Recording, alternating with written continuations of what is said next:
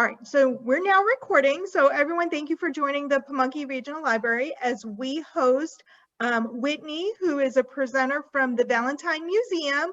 And we're going to discuss tonight all about the women's suffrage movement, which of course has been such a really hot topic this year, as it's the 100th anniversary of the fact that the 19th Amendment got ratified and added to the Constitution. So we're, the night before election. So it all kind of ties in together with everything that's kind of happening in the past and how that impacts our world today, and what our abilities are as women in the 21st century. So if you guys have any questions, what we'll do is we'll do a Q&A at the end if we've got some time. But Whitney, I'm going to go ahead and let you take over. Okay. Hey, everyone. Give me a thumbs up if you all can hear me. Okay, fantastic. So thanks again for having me. Thanks for inviting me to this amazing program. I'm really looking forward to it. I am a museum educator at the Valentine Museum. Let me get a show of hands. Who's been to the Valentine before? Wonderful. Okay, so I will just do a brief introduction about what our museum is and what the purpose that we serve for the greater community of Richmond. So the Valentine Museum has been around officially since 1898, when it was opened as the first private museum in the city of Richmond.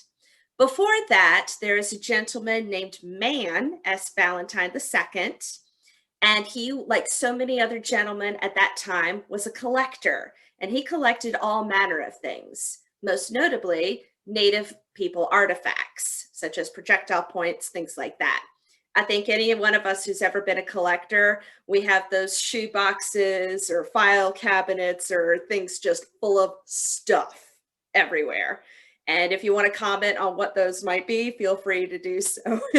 I'd be looking forward to read some of those. In any case, Man S. Valentine also had a brother named Edward Valentine, who was a renowned sculptor. He was responsible for creating a great many monuments in the city of Richmond, especially those that have recently been taken down. So it's amazing how the Valentine has been at the forefront of these amazing events and these amazing sources of change, especially over the last few months.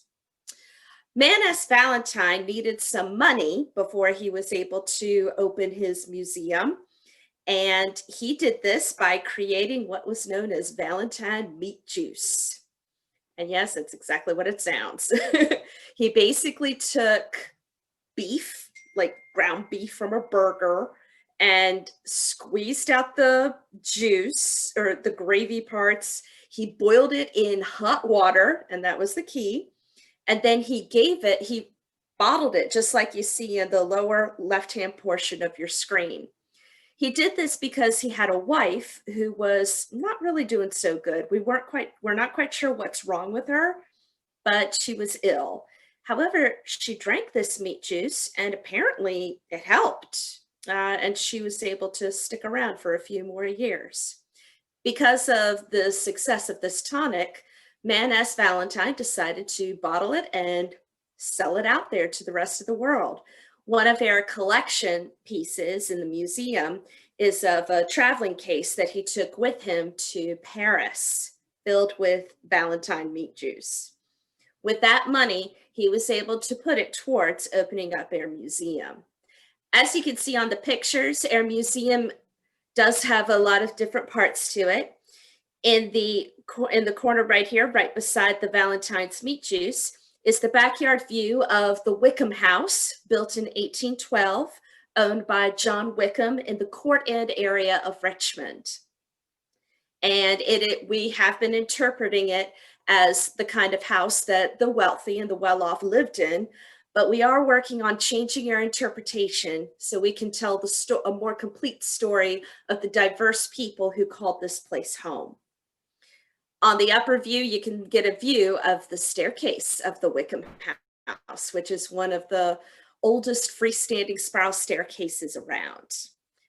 Down here, where you see the photograph of Old Chief Smokum right here, which if you've been in Richmond for a long period of time, you might recognize this as an advertising post from the city. This is part of our gallery called This is Richmond, Virginia, or TURVA. And in this gallery, we attempt to tell the story of 400 years of Richmond history. And that also includes Henrico County, Hanover County, Chesterfield County, and Powhatan County. So we have a huge story to tell. We use this through collections, through interpretations, and through education. Look for new things to come as we go throughout the year because, like I said earlier, we're looking to do some new interpretations and new ways to engage with the community. So as I indicated earlier, we have several ways that we tell the story of Richmond and its environs. We have a wonderful collections where we have 3D objects, among many other things. We also have a collection of maps, archival material, letters, papers, broadsides, and other ephemera. We also are known for a costume and textile collections. We tell our stories, but if you look down at the lower right-hand corner, you'll see my friend Leo, a fellow educator who is leading school groups throughout the museum. We, of course, try to educate through our school programs, and we're even doing it virtually. Yay, us. We also have been known to open it up for adults. We have adult programs such as what we're doing right now, and we're just going to keep on going to engage, challenge, and inspire anyone who comes through our doors or online. So as was indicated, this is a very interesting year coming about. It's election day tomorrow. And for many of us, it is the culmination of something that we have fought so hard for, our right to vote, our right to take the destiny of our country into our hands and make decisions. And I think you'll see through this presentation that even that right, just because we have it, doesn't necessarily mean it's secure. It's something that is never going to be a foregone conclusion. So to introduce this, I would like to tell you that the generation that was born after the Civil War was living through some very extraordinary economic, technological, political, and social upheaval, which culminated from the year 1909 to 1920. During that time period, there were people that were for suffrage, for the right for people to vote, for women to vote, and then there were anti-suffrage, people that were against the idea.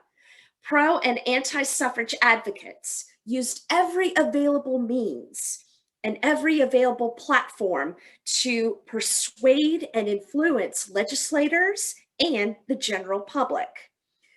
In our exhibit, we had, it's actually hashtag ballot battle, because in the time of 1909 to 1920, while we may not have Twitter or Facebook, we definitely had a very active social media, and I hope you'll be excited by what we've got to show you.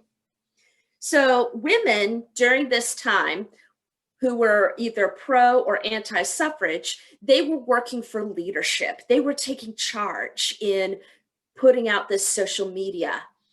The white men of the community were publicly entering the debate, especially those in the General Assembly and those in the Senate that would eventually make the decisions for ratification. During this time, African-American leaders remained quietly supportive, but weren't really publicly debating. However, you will see ways where African-American women really were taking a stand to get the vote for themselves too. And that will be our story tonight. Are you all ready to jump in with me? Wonderful.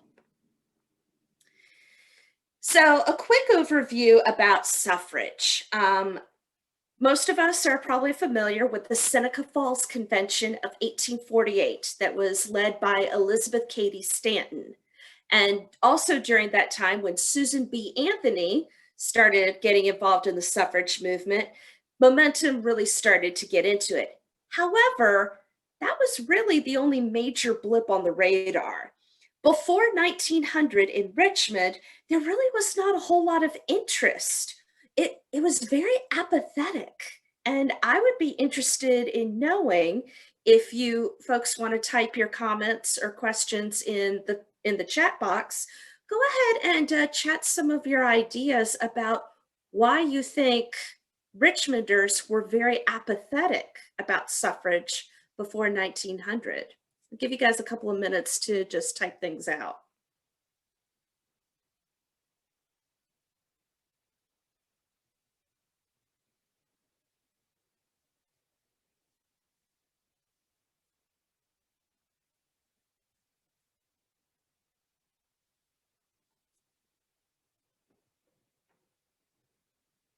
Okay.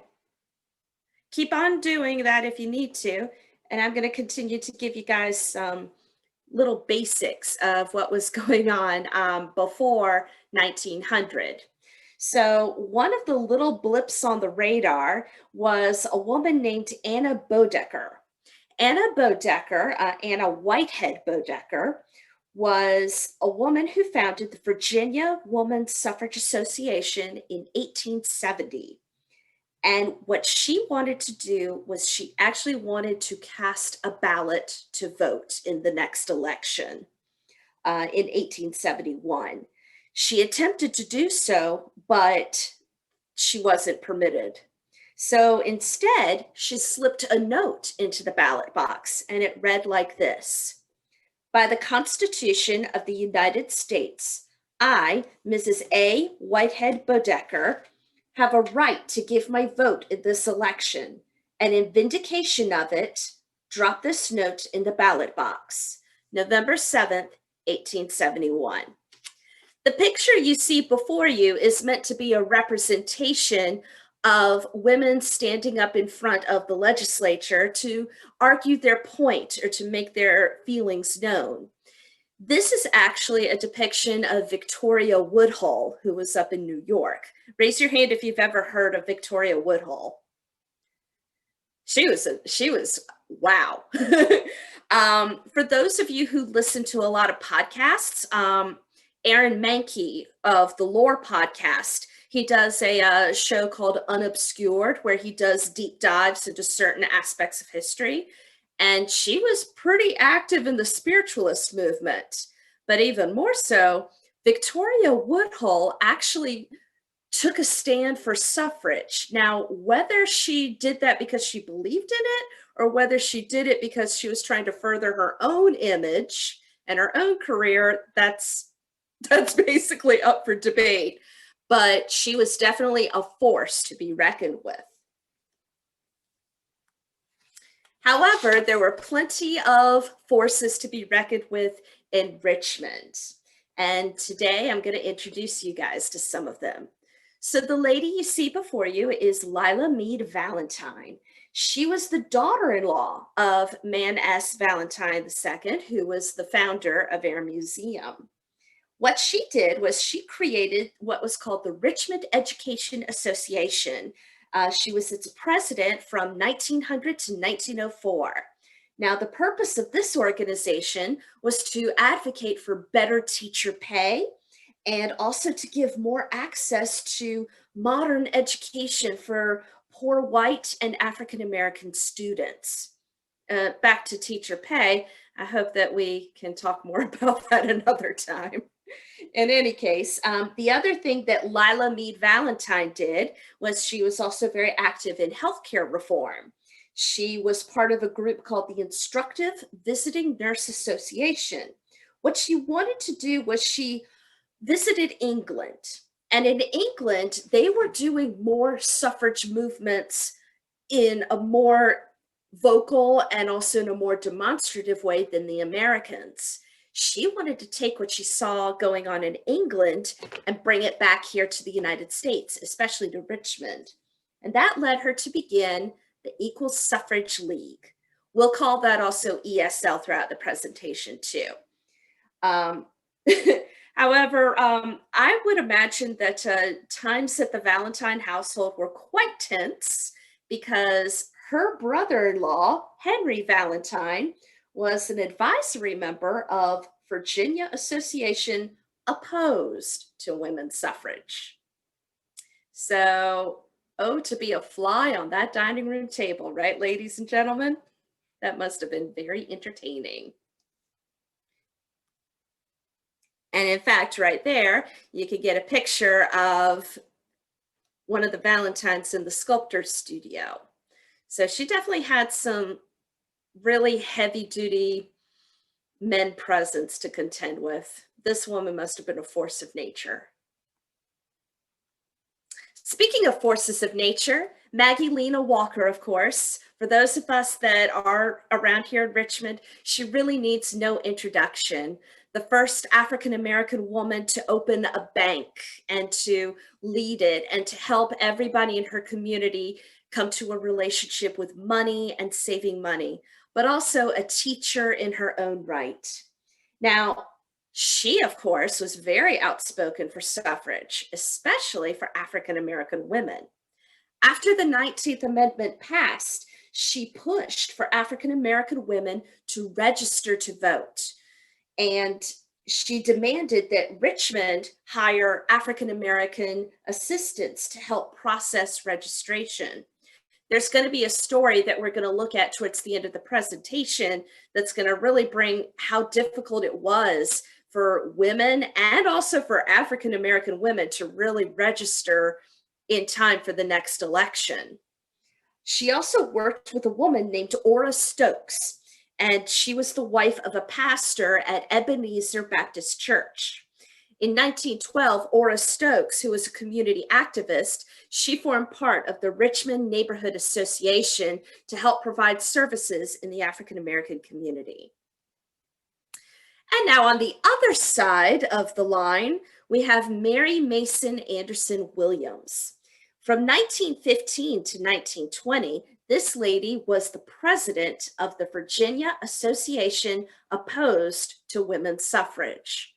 So I find it interesting, as always, that it wasn't just the men that were against the idea of women voting. Other women felt the same way too. So we're not exactly sure of the numbers of this particular organization, but we know by May of 1918, there were almost 1,350 new members in the Virginia Association opposed to women's suffrage. So let's start the suffrage movement. And one thing I want to point out is a keyword between, let me see. We have the word circled up here for suffragettes. I think a lot of us, when we talk about women's suffrage, we hear that word a lot.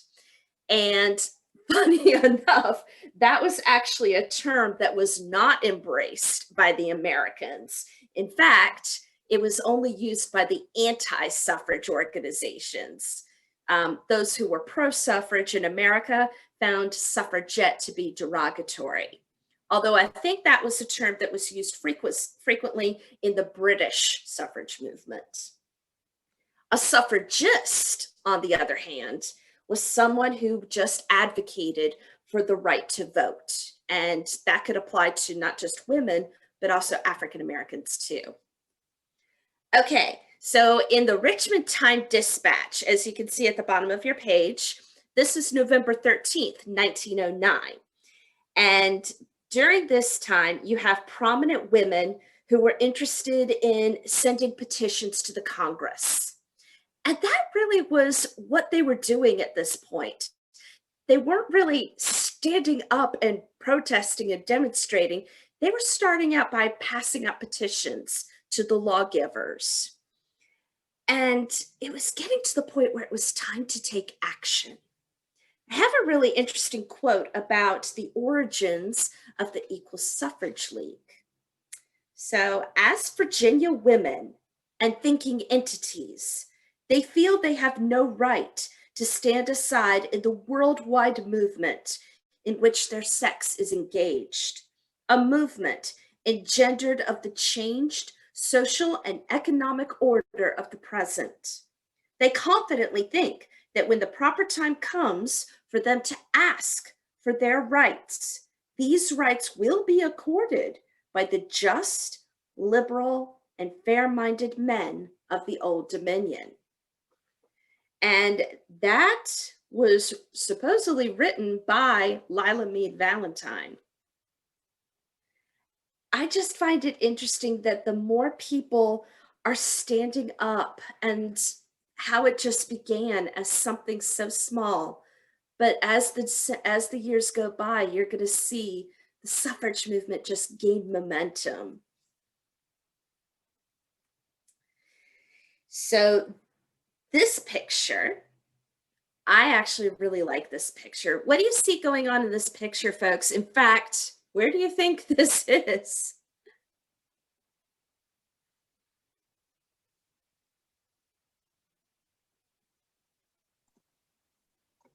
Well, I'm going to say it's in Capitol Square. Yeah. I also want to say that I had somebody write down that the reason for apathy before suffrage really kicked off was they were disheartened by the loss of the Civil War. And that's a really huge thing.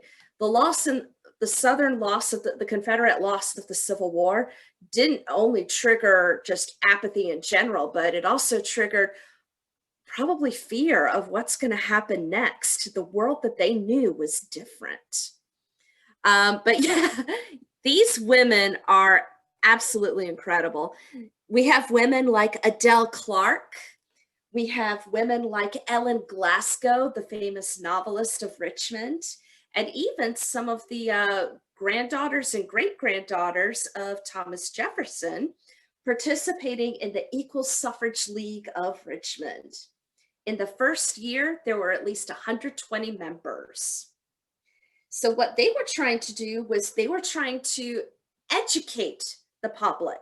They made presentations at women's colleges, they passed out pamphlets, and they took part in networking opportunities.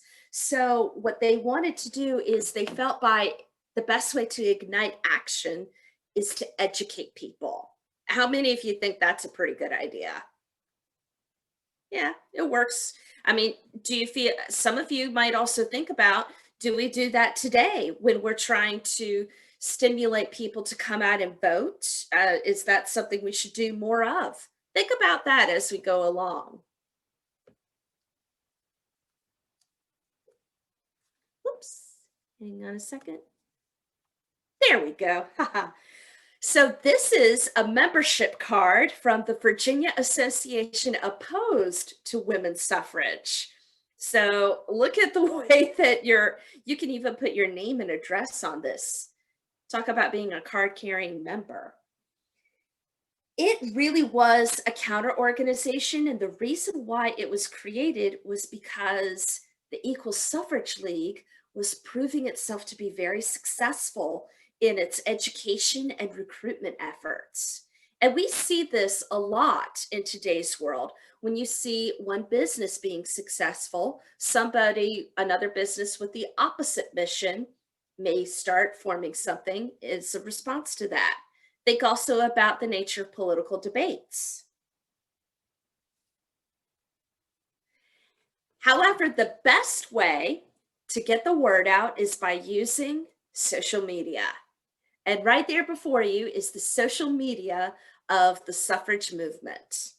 So you could see that a lot of these messages were carried out through pamphlets, through newspaper articles, buttons that you could wear on your chest or on your clothes, and political cartoons. In fact, look at this one right here. The woman's suffrage. This is how it will be when the woman's suffrage get in power. And you can see a rather disheveled gentleman with ripped pants and shirts and patches everywhere, probably implying that if women get the right to vote, how long will it take before nobody will be around to sew their clothing? This is why men need to know how to sew. So we're going to do a quick little conversation piece. What's on the screen before you are 6 out of 12 of a series of postcards that were created in 1909. And what I want you folks to think about and consider is, which side do you think created these cards? A quick note about the colors. In England, the colors of the suffrage movement were purple, white, and green. In America, the colors were purple, white, and yellow. Yellow symbolizing hope, like a sunflower. So let's take a look at some of these postcards, and you guys tell me what you think.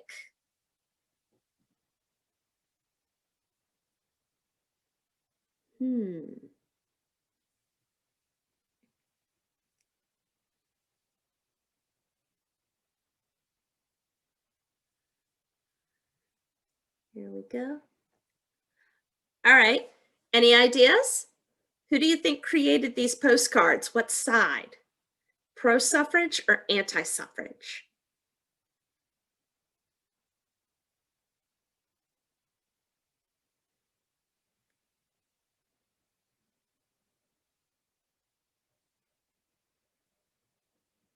Okay, I see a chat right here.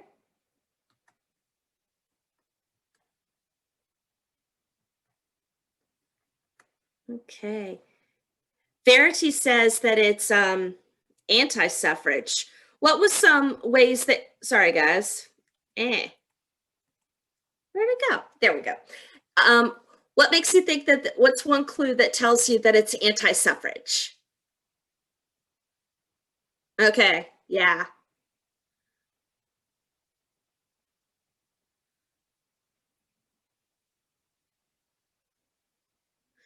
If you look carefully, one thing I found very interesting is, I like this one down here, center bottom row.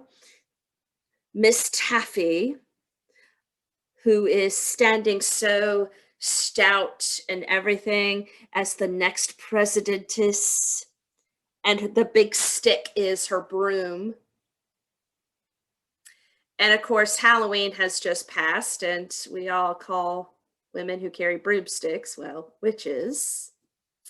And also, this is kind of an interesting parody on Theodore Roosevelt and his big stick policy, because that was one of the things that he said. And how this little guy down here is like, she's good enough for me. Also, another thing, they're all addressed as, oh, here's one about studentess instead of student.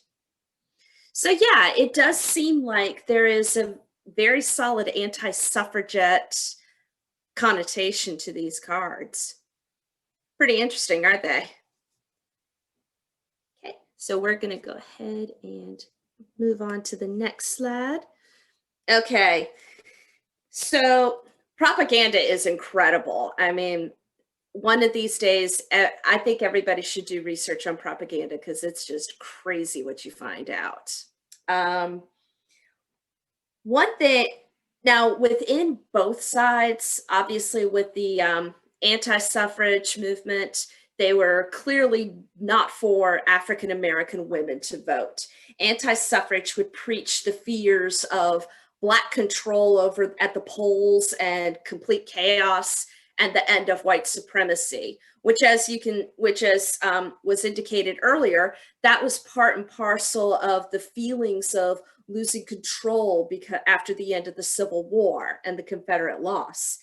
But it was also a source, the idea of race was also a source of great disagreement in the Equal Suffrage League, which is very interesting. So this pamphlet that you see before you was set by the Equal Suffrage League, and it said that there's no problem with women voting. However, the thing is, they were actually talking about how literacy tests need to be administered, and there would actually be a poll tax put in place that would deter African American voters from coming to the polls. And at this point, African American leaders really took no public position on suffrage at this time.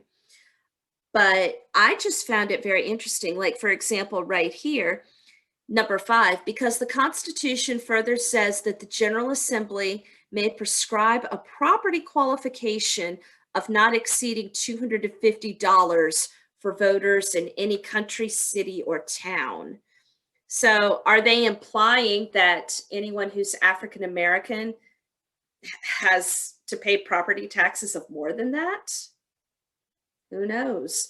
But it shows that even in the Equal Suffrage League, the whole question of race is still a sticking point and a great debate. However, by the end of 1920, several thousand African American women registered to vote. So right before you is from the Richmond Times-Dispatch. The General Assembly, this isn't the first time that women have put up petitions towards the General Assembly for the right to vote. But the General Assembly kept turning it down several times. They turned it down in 1912, and they turned it down in 1916. Now, there's other significance with those dates. At that time, Europe is in the middle of the First World War. However, in 1918, you could start seeing some pressure coming in because Great Britain gave the right for women to vote. Another thing that happened in 1919 was we had a Virginia woman. Her name was Nancy, Lady Astor, the Viscountess Astor. She became the first woman to get a seat on the British Parliament, which was pretty cool. The other thing that I should point out is that once the right to vote is passed, it's a whole different thing for states to ratify the right to vote. And Virginia was one of 9 Southern states that, even though the right to vote was given into the Constitution, Virginia was one of 9 Southern states that didn't officially ratify the right for women to vote until 1952. Crazy, right? Sorry. Another thing that happened in 1916 was the General Assembly saw 2 women from both sides of the fence. We had Lucy Jean Price, who was an anti-suffrage, and Eudora Ramsay, who was pro-suffrage. They addressed the House of the Delegates at the same time, both of them expressing their feelings and their reasonings of why or why not women should vote. However, Miss Ramsay seemed to make it more of a debate and seemed to make it more of proving her point rather than her counterpart, whom she just called the lady from Ohio. So right here on the screen is another group. They were formerly called the Congressional Union, but this is the National Woman's Party. Now, this particular group was more militant than the Equal Suffrage League. They wanted to put more pressure. They were the ones that wanted to do the demonstrations and literally take it down and just talk and picket and do all those things. In fact, one of them, Pauline Adams, who was president of the Norfolk branch, she got herself arrested in 1917, and she was actually put in the federal prison in Lorton, Virginia.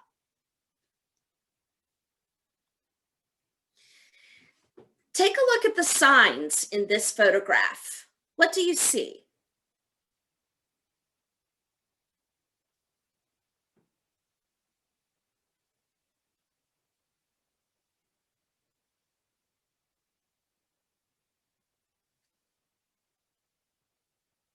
What are some of the statements that people are making? Wilson, not a supporter. Okay. Vote against Wilson because he opposes national suffrage. He is against women. So at this time, President Woodrow Wilson is not exactly a huge supporter of suffrage. At this time, America has entered the First World War. And while these folks are protesting and putting pressure on President Wilson to actually pass suffrage, he's going to find that war is going to be a tremendous influencer on his decision making. When you have war, war has a tremendous impact on how society is structured and also on the viewpoints of suffrage. In this time, during the First World War, just like during the Second World War, women leave their homes, they go to work, they take over the jobs that the men have left behind. They are taking control of households, becoming more heads of the household, the breadwinners. So because of that, President Wilson is going to change his mind. He basically is quoted by saying that the war has made partners of women in this war. And because of that, he's going to flip-flop. And in fact, you can see from the speech, from the extract, all have a right to a voice in the government under which we live. When men and women are equally admitted to those rights, we have the best safeguard of justice and of peace that the world affords. And of course, during wartime, you want to work towards peace. So this is why he's encouraging more people to vote women's suffrage on November 6th. And finally, the 19th Amendment passes. At first, however, it's not known as the 19th Amendment. It's actually called the Susan B. Anthony Amendment. And it has to, of course, go through the arduous task of going through the House of Representatives and then through the Senate before it can actually come into law. But that happens. The House passes the legislation on May 21st, and then the Senate votes to pass it on June 4th. And then, of course, we get to the whole idea of ratification. So, as I said earlier, Virginia was one of 9 southern states that refused to ratify after the 19th Amendment passed. In 1920, Tennessee became the 36th state to ratify the right to vote for women.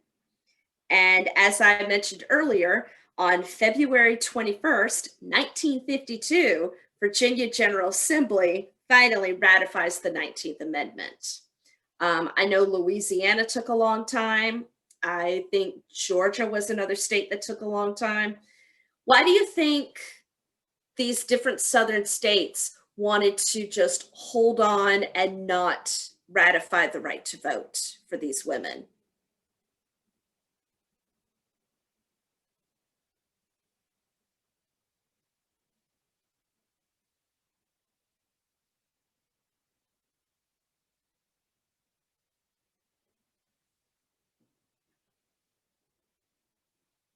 I mean, it's quite an interesting thing.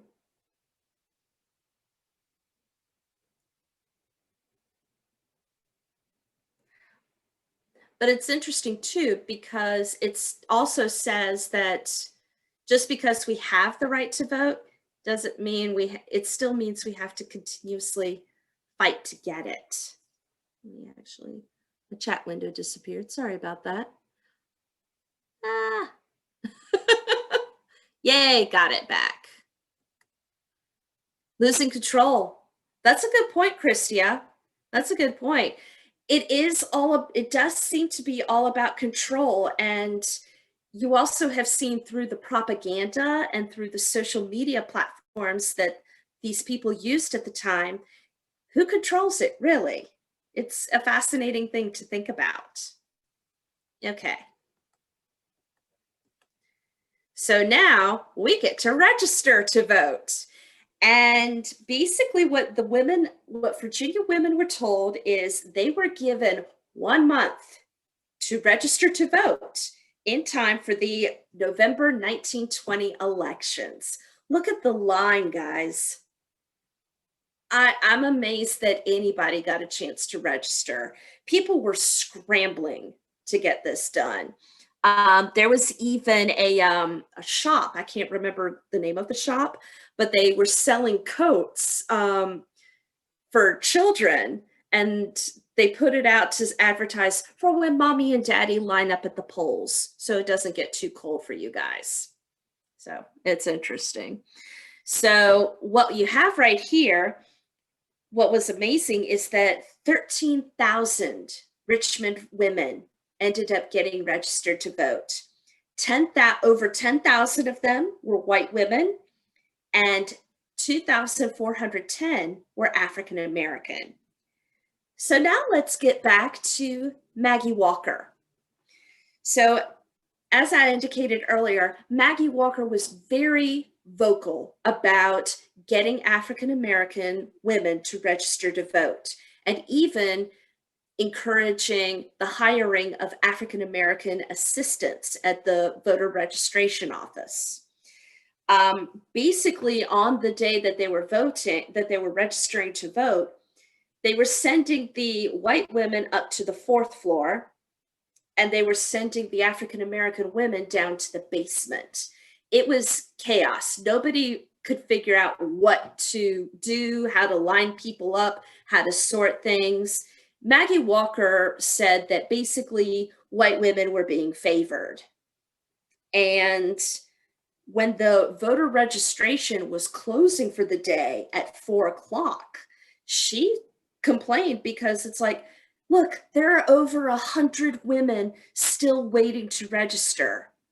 So this is what really got her to really put forth complaints, to really drive it home, hire more African American assistants to help with the voter registration.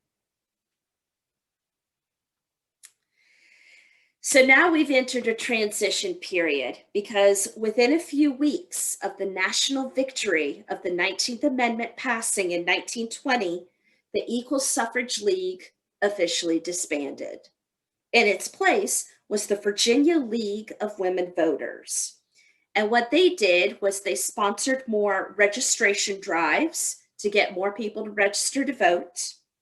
They created programs for voter education, and they also did lobbying efforts on social welfare programs and issues, because we've entered the progressive era. So this is the time of social reform going on and just bringing more awareness to what was going on in the world, which truly makes an educated voter. So this brings us up to this year. As was indicated, it's been 100 years this year that the 19th Amendment was officially passed and ratified. We had done an exhibition at the Valentine Museum called #Ballot Battle, and we used modern social media format such as tweets, text of tweets, Facebook posts, the things that we use today to fire out our ideas and influence and persuade. We decided to use the social media platforms to share the point of view of 5 different Richmond viewpoints, including Lila, Mead, Valentine, Maggie Walker, and a few of those who were involved in anti-suffrage, and a few of those involved in African American suffrage. So we hope that with that particular exhibit, we were able to show that it's still going on today. From the Women's March starting in 2017 to everybody deciding if they are going to do votes through early decision, mail-in ballot, or what have you. The final and political and legal outcomes are never foregone conclusion, and it's something that we're all going to continue to fight for. So that concludes my presentation, and I hope you all enjoyed it. I know I enjoyed it too. Thank you. So Whitney, thank you so much for sharing that very information-packed presentation. Oh yeah. I was astounded by the concentration of detail that you had with the records that you were able to find in your own collection. So everyone, please, thank you for coming. We look forward to continuing the discussion with the Pamunkey Regional Library's next program focusing on the suffrage movement, which will be the We Demand exhibit. That is a traveling exhibit that's sponsored by the Library of Virginia, and that will be talking about the suffrage movement throughout the entire state of Virginia. So that is set to be at the Mechanicsville Library starting at the end of November and will run through January. So before we let Whitney go, however, did anyone have any questions regarding the presentation or just any comments in general regarding the presentation? Yeah, I'd like to hear anything you guys have to say. So it looks like Christia typed in the chat that she enjoyed learning more about women's suffrage, particularly in the Richmond area. Yeah, it's truly fascinating. And, you know, I just barely scraped the surface. There's so many stories. When we were doing the exhibition, and it was open from, let's see, November 21st, 2019 to September 7th, 2020. Of course, COVID and stuff, I think we may still have some pieces of the exhibit still up. But what I enjoyed pre-COVID days, I had a class of, I believe it was Girl Scouts who had come to the museum, and it wasn't necessarily a part of their tour, but they were fascinated by the layout of the social media that they're accustomed to seeing, and then seeing it being expressed in the viewpoints of people that lived over 100 years ago. And again, to be a fly on the wall, you know, during the Valentines while they were conversing about this stuff, it must have been quite a thing. Just to be on the fly on the wall in general with the Valentine household would have been absolutely. It would have been wild. You know, that and a little bit of meat juice, and we would have had some conversations, I think. And see, I actually do not know the full recipe of meat juice. Who knows what else he may have put in that, but you didn't hear it from me. You never know. You never know. Again, thank you. Please, you know, continue to look at the Pamunkey Regional Library for Zoom programs and for Facebook Live programs. And Whitney, hopefully we'll be able to have you again in the future. Oh, I would love that. Thank you. Super. Thank you so much, everybody. Have a good night. Good night, everyone. Thank you.